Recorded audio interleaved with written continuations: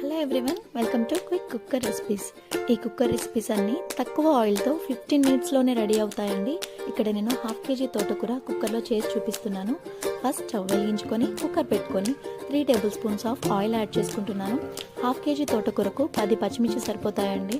తర్వాత ఇందులోనే 1/2 table spoon జీలకర్ర, ఒక ఉల్లిగడ్డ యాడ్ చేసుకుంటున్నాను. ఇవన్నీ కొద్దిగా వేగాక ఇందులోనే కొంచెం పసుపు, 1/2 టేబుల్ స్పూన్ సాల్ట్ యాడ్ చేసుకోవాలి. ఇవన్నీ కూడా వేగాక ముందుగానే కట్ చేసి పెట్టుకున్న తోటకూర ఇంకా 2 టొమాటోస్ని నేను ఇందులో యాడ్ చేసుకుంటున్నానండి. ఇవన్నీ కలుపుకున్నాక మూత పెట్టుకొని కుక్కర్ని 4 విజిల్స్ వచ్చేంత వరకు ఉంచుకోవాలండి. నాకు కర్రీలో వాటర్ కంటెంట్ ఉంటేనే నచ్చుతుంది. మీరు కావాలనుకుంటే 6 వరకు విజిల్స్ పెట్టుకోవచ్చు. తర్వాత దీన్ని ఉంచుకొని స్క్రీన్ మీద కనిపిస్తున్నట్లుగా మెత్తగా రుబ్బుకోవాలండి. తర్వాత అగైన్ ఈ కుక్కర్ను స్టవ్ వెలిగించి పెట్టుకొని 5 మినిట్స్ వరకు పచ్చివాసన పోయేదాకా కలుపుకుంటే సరిపోతుంది.